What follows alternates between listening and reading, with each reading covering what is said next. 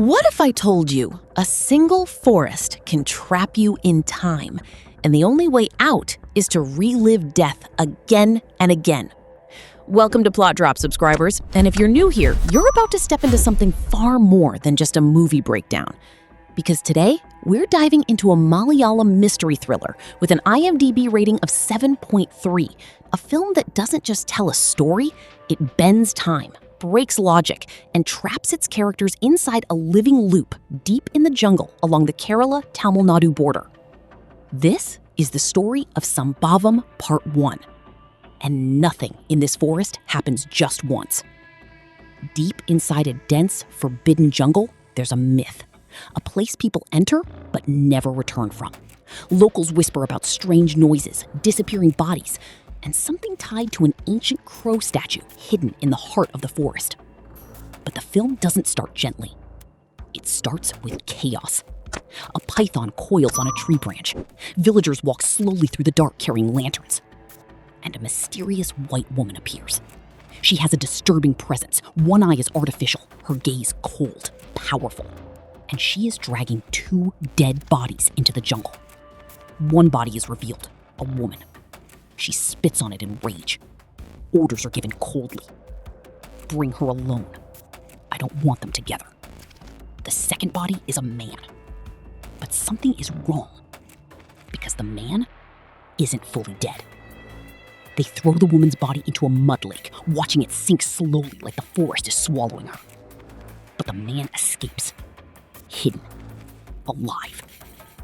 And when the white woman realizes it, everything changes. She walks into the jungle alone, calling a name. James, where are you? And in a chilling twist of obsession and betrayal, James appears. A confrontation unfolds between love, rage, and manipulation. The white woman's pain turns violent. James tries to strike first and stab her on her stomach, but she doesn't fall like a normal human. She stands back up, still alive, still watching. And just like that, the title appears on black.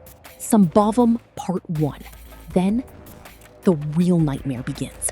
A hand rises from a swamp. A man crawls out of mud, gasping, confused, terrified. Another man walks nearby. Lost. Exhausted. Barely human anymore. Someone else is in the forest carving symbols into wood. Like a madman trying to understand reality itself. And then we meet a girl with a gun. She's hunting wild boar with friends. A distraction breaks the moment. The shot is missed. And suddenly everything spirals. A man is hit. He collapses. Blood spreads across the jungle floor. And then the forest reacts. Strange voices begin to rise. A woman's voice echoes through the trees. James, James. Multiple voices overlap, screaming, whispering, calling. The sound becomes unbearable. Everyone covers their ears. And then, Silence. As if nothing happened. The jungle resets. A lost man runs out toward a road, but before he reaches safety, a sound cuts through. He hits the jeep. Cut to the next scene, a hospital. A man wakes up from deep sleep. This is Anand, our main character. A nurse tells him, "Doctor is calling you." His life is simple, or it should be. His wife is pregnant. He is being transferred to a police station for duty. Everything feels normal. Too normal. But nothing in this story stays normal for long. On a bus ride, a conductor tells him to get down in a small village. Anand, confused, takes a jeep instead. Inside the jeep are strangers. A villager, a young girl, and a driver who keeps smiling in a way that feels wrong. During the ride, Anand gets a call. His wife has delivered. A baby girl. For a moment, happiness breaks through the tension.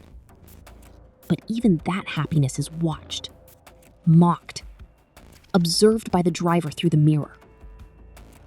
And then, impact. The jeep hits someone. They stop. It's a police officer. Wounded. Crawling.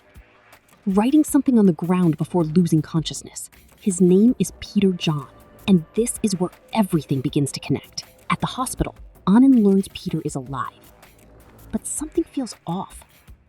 The timeline feels unstable. Officers talk casually about the incident, but no one fully understands what they've stepped into. And then comes the first crack in reality. A senior officer recognizes Anand. They talk, laugh, share tea. Anand mentions his newborn daughter. The mood is warm, almost peaceful. But peace never lasts in this forest. Because suddenly, an emergency call comes in. A man named Reggie reports chaos in the jungle. Students recording a video. Violence erupting. A situation spiraling out of control. Anand and officers rush to the location. Reggie and a guy fight and run into the jungle. And inside the jungle, they find something horrifying. A dead police officer covered in mud, unrecognizable. And Anand and Ashokan, an officer, come to the spot.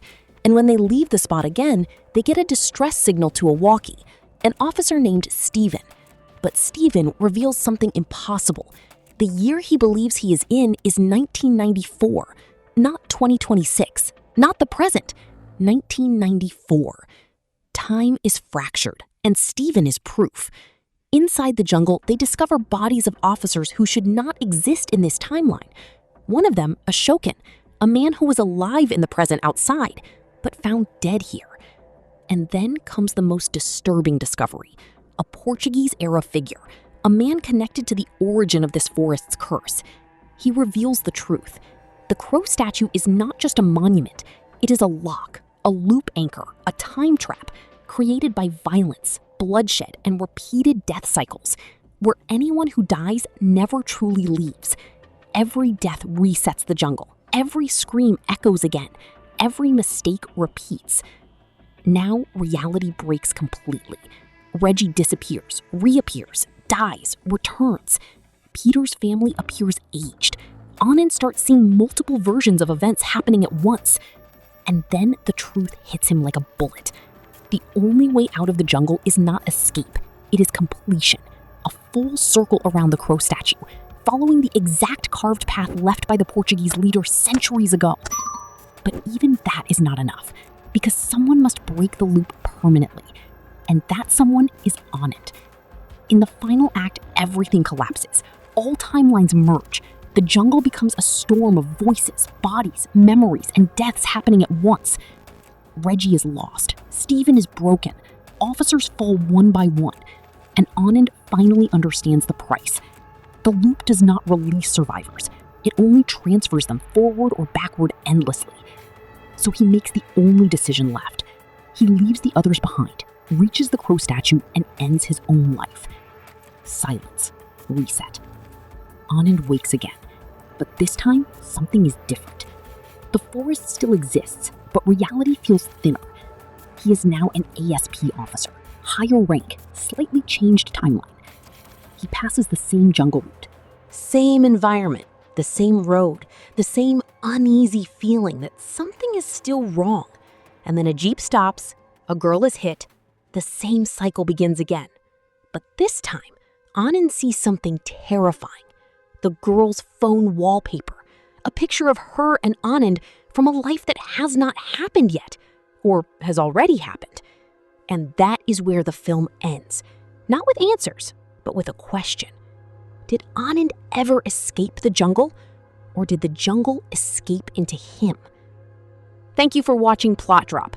If you enjoyed this breakdown, make sure you subscribe for more deep dive cinematic mysteries, hidden meanings, and mind-bending film stories. Because in this forest, the story never really ends. It only loops.